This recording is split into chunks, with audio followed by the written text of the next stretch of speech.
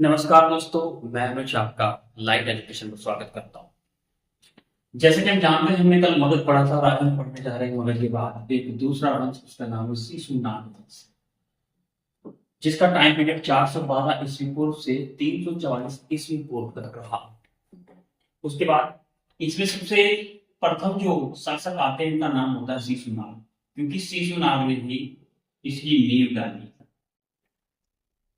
ठीक है, इस वंश की क्या डाली? नींव। प्रोसेस क्या था? जो मगध वंश था, मगध वंश के जो अंतिम शासक थे वो नागदर्शक थे। हालांकि उदयन के टाइम पर ही वो हल्का हो गया और पितृहंता वंश के कारण लोगों ने नागदर्शक को गद्दी पर उतार कर एक योग्य मंत्री शिशुनाग को मगध की गद्दी पर बैठा दिया, जिसने नाग वंश की नींव मगध पर डाल दी।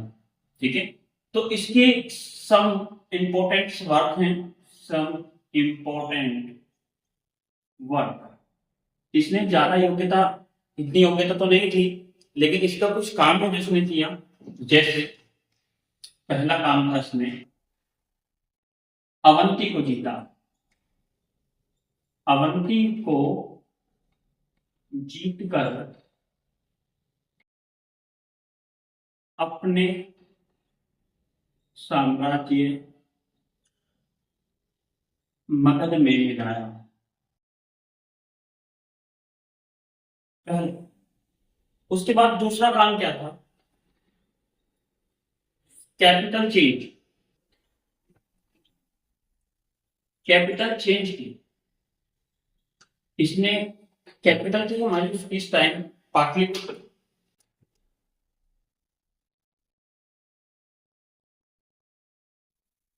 इसने पाटलिपुत्र से चेंज कर दी वैशाली।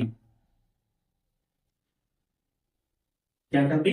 वैशाली। पाटलिपुत्र से वैशाली कर दी। ठीक है जी। उसके बाद अब बात आती है इसके तीसरे काम की, अवंती को जीतकर साम्राज्य मिलाना, कैपिटल को चेंज करना। ठीक है, तो उसके बाद इसमें इसका एक पुत्र हुआ है, क्योंकि ये इतना ही काम कर पाया। और उसके पुत्र का क्या नाम है, उसको देख लेते हैं। तो जो पुत्र है, पुत्र, उसका नाम है कासो। कासो। ठीक है जी, इसका नाम है कासो। अब 394 से इनका टाइम पीरियड है 394 ईसा पूर्व से।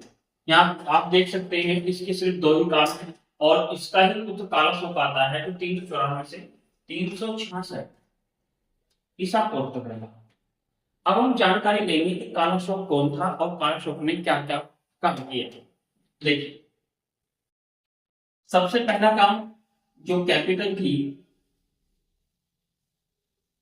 यानी राजधानी, राजधानी वैशाली किसने बनाई?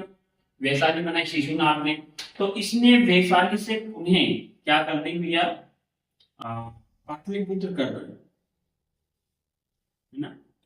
पाटलिपुत्र कर दिया। पाटलिपुत्र कर दी। दूसरा पॉइंट आता है, अच्छा, इनके समय में ही, कालाशोक के समय में ही, है ना, इसके समय में ही द्वितीय बौद्ध संगति हुई, है ना? तो ये पूछा जाता है कि बताइए किसके समय में द्वितीय बौद्ध संगति हुई? तो कालाशोक के समय में द्वितीय बौद्ध संगति हुई। अब देखते हैं इसका नाम। ठीक है, दिव्य दान। दिव्य दान में कालाशोक का नाम काकवाड़ मिलता है। क्या मिलता है? काकवाड़ मिलता है। ठीक है, अब एक बात पुस्तक से हमें पता लगता है कि जो कालाशोक है, कौन? कालाशोक। कालाशोक के 10 पुत्र थे। कितने? 10 पुत्र थे, जो कालाशोक के बाद भी 22 वर्षों तक राज करके चले गए।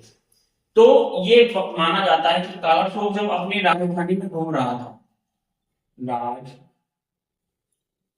राजधानी, जब कालाशोक अपनी राजधानी में घूम रहा था, तभी एक महापद्मनंद पदम नंद नामक व्यक्ति ने चाको घोप कर इनकी हत्या कर दी और महापनम नंद ने ही नंद वंश की शिशुनाग को समाप्त कर नंद वंश की नींव डाली और मगध पर नंद वंश अब तक का सबसे शक्तिशाली वंश सिद्ध होता है, जिसका पूरा का पूरा टाइम पीरियड 344 ईस्वी पूर्व से 322 ईस्वी पूर्व तक चलता है, जिसके राजा होते हैं धनन, सबसे शक्तिशाली राजा होते हैं धनन।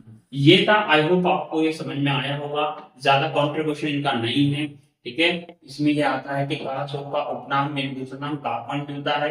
इसके समय में द्वितीय को संगति हुई, इसने राजधानी को वैशाली से पाटलिपुत्र किया, है ना। और कालाशोक के समय में ये के 10 पुत्र थे और 10 पुत्रों ने बाद में 22 वर्षों तक शासन किया। इसके बाद महापनम नंद ने इस वंश को हटाकर क्या है नंद वंश की नींव डाल दी और नंद वंश सबसे ही ज्यादा शक्तिशाली वंश सिद्ध होता है। धन्यवाद।